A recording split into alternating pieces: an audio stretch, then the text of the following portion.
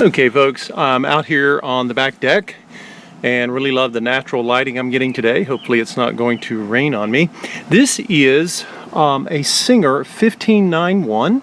It has the potted motor, or direct gear drive motor, as Singer called it.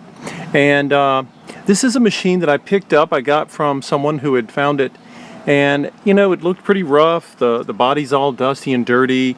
There's a lot of goop here in the tension assembly, and there is so much.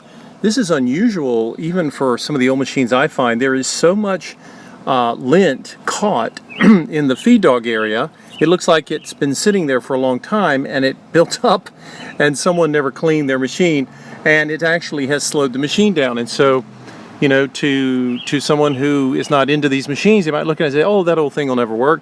But the fact is, this machine is not broken. It is a magnificent piece of engineering, and it's just waiting to be tended to, right? It didn't get the maintenance it needed, and it hasn't really been damaged. It's just kind of stuck and gummed up, and it's waiting for someone like myself or someone else who does this, who really is willing to take the time, because we know what an incredible sewing machine this is. For example, the tension assembly, you know, all the parts appear to be here. They're just dirty. The great thing about Singer tension assemblies from the vintage era is that they were designed to be taken apart, and they're beautifully made. I mean, they're made, the construction and the quality is far superior to even some of the later machines from Japan, and I'm pretty impressed with Japanese machines. So that tells you something about the Singer.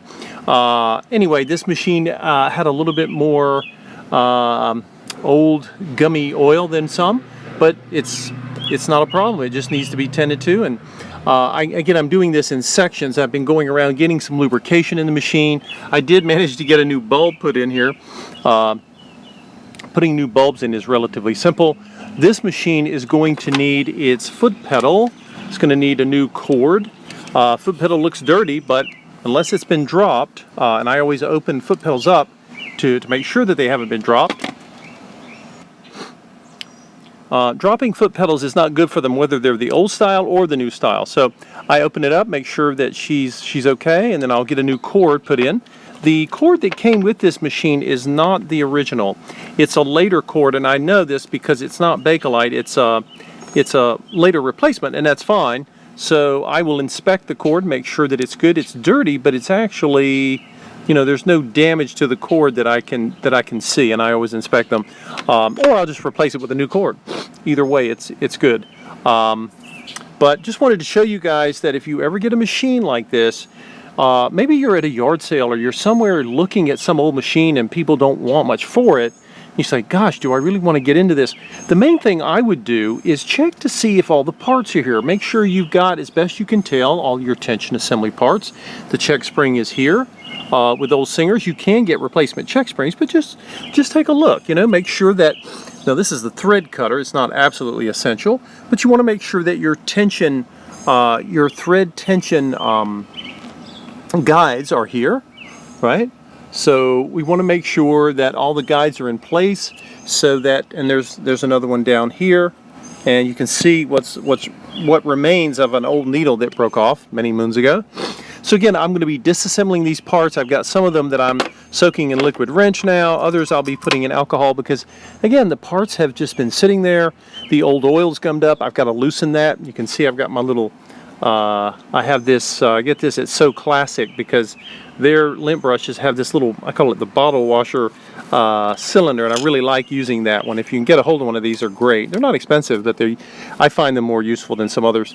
But anyway, I'm going to be getting more of all of this old lint out of here, and in this case, you know, the lint has, you know, mixed with old oil. It's kind of this little, you can see it there. It's just sort of a, it looks like, it's almost like a felt now, and it's, you know, it's stuck in there, but it'll come out. It just takes some patience and time, being willing to give the time. And you know, I like to rescue these machines because they're just waiting to sew again. For some of you who are wanting a reliable sewing machine, and you know, you may look at these machines and think, God, I don't know what to do with that. And if you take it to a sewing center, you know, a place that sells sewing machines, many of those places will not, they'll not work on these. Some of them will, But if they do, they'll give you a price quote that is so high, and they'll say, yes, but look, you could put that money down on a new sewing machine. And unless you need a feature of a new sewing machine, I highly recommend you don't do that. New sewing machines are not built to last. They will break, and repairing them is so prohibitive. They are often tossed and simply replaced. I haven't looked up the serial number, which, by the way, on vintage Singers is almost always right here on the front. There's some exceptions. The featherweights and the 301s have it underneath. But anyway, you can see all of this old lint. You know, again, it comes off, and I'm using little tools here, and you can see they're little greasy, oily fuzz bunnies that have been sitting in there. So again, it's about just taking the time, being patient, and getting some of this stuff out of there. And when you do, the machine is going to come back. So as I go through this machine, you guys saw me last working on the 15125, that mint green. That machine has since sold, and so I got it finished, and I think I did a video of it sewing. I believe I did. Hope I did. Anyway, if not, we'll do it for this one. This is essentially, if you've seen any of these 159s with the tension assembly on the side, it's the same machine as the 15125, but this is the more classic curved black look. And well, another thing to mention is that even though the aesthetics on this machine are not brilliant and high lacquer, I'm going to be cleaning it up. But just because a machine looks dirty or it looks like the decals are worn, that does not mean that the machine is in any way mechanically worn out. It may be perfectly fine mechanically to sew on. So don't pass the machine by just because it's not, you know, it may be an ugly duckling on the outside, but it could be a brilliant sewing machine underneath. So anyway, this machine's going to get some love and get some time invested in it, along with a great deal of time, actually, because it has the potted motor, and when you have direct drive Singers, they take a lot more time. I charge more for those because of the time involved, but these motors are one of the best ever made. And any of you who've ever sewn on one, you know that that's the case. So anyway, guys, thanks for watching. I just wanted to toss this in. I'm making these videos about specific things I'm doing. A lot of these are for those of you who would like to fix your own machine, or maybe you're just interested in vintage machines generally, and you might be asking yourself, gosh, do I really want to spend time or pay someone to spend time restoring an older machine that doesn't have all the modern features? And of course, I would argue absolutely you should take a look at this, because once the machine has been fully overhauled and restored by someone like myself, there are others people like me around the country that do this. Once that's been done, then all you need to do is oil it with each project. You put a drop of oil in the top and underneath, and you keep your lint dogs clean, which these will be clean when I'm done, and that's it. That's really all you have to do. They are that simple to maintain.